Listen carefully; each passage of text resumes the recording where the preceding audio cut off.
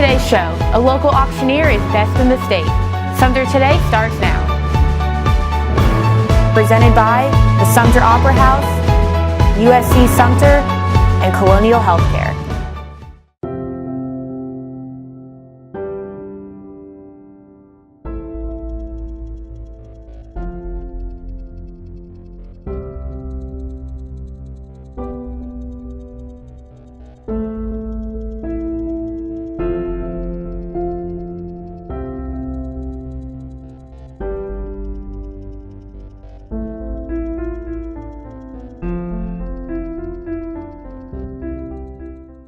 Welcome to Sumter Today. I'm Kayla Robbins.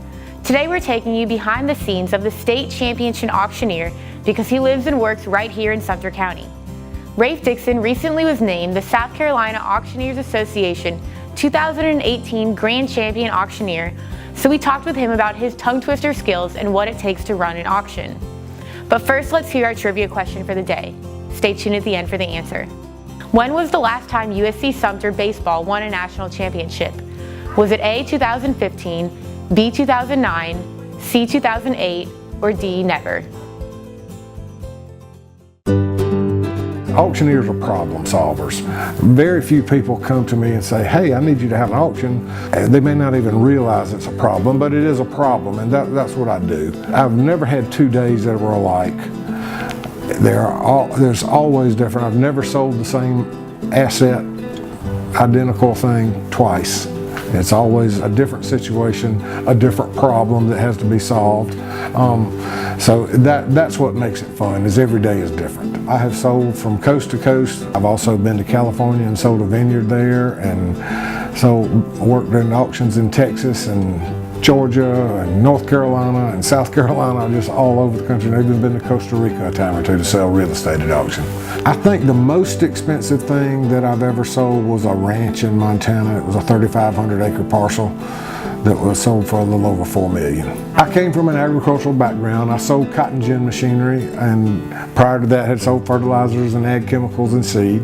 And a lot of auctioneers do come from the agricultural industries. But I became an auctioneer as another way of selling a product that I was already involved in selling, that being cotton gin machinery. And as I got into it, I found that I enjoyed the auctioneer profession a whole lot more than what I was just limiting myself to those cotton gin machineries. So that's kind of how I got into it.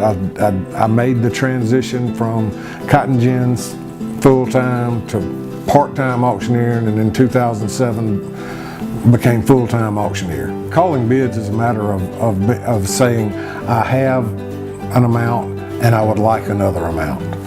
And then filler words are the words between numbers that just help us get from one number to the next.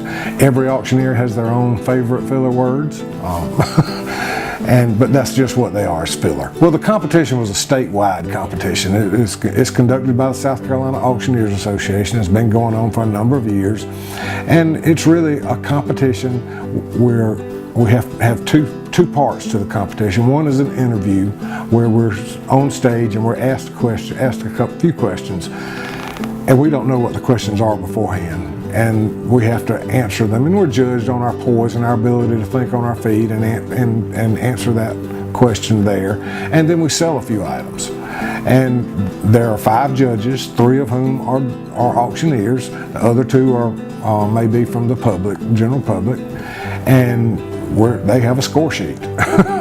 And when you're selling something and answering those questions, it's pretty difficult because you're trying to perform as an auctioneer to a room full of really good auctioneers.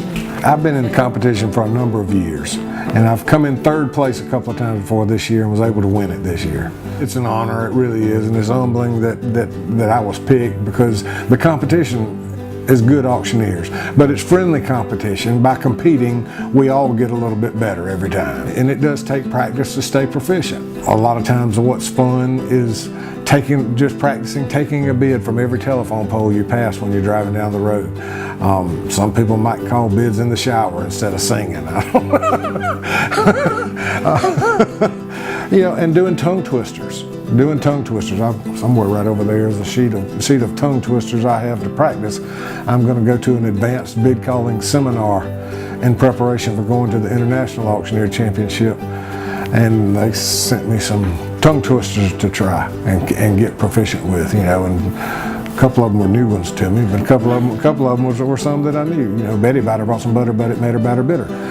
So Betty Biter bought a bit of better butter, put it in her bitter batter, made her bitter batter better. And what am I bid for? Who bid $5 now? 7.5 now, 10, 10, 10. 10's on now, 12, 15, now 15, 15 to buy now, 17, 15 now, 20, and 20 to bid, 22.5, 25. That's how you do it. Welcome back. Ready for the answer? It was D. The Fire Ants have only been around as their current team since 2008, but they've won their region 4 times and came in second twice for the region tournament.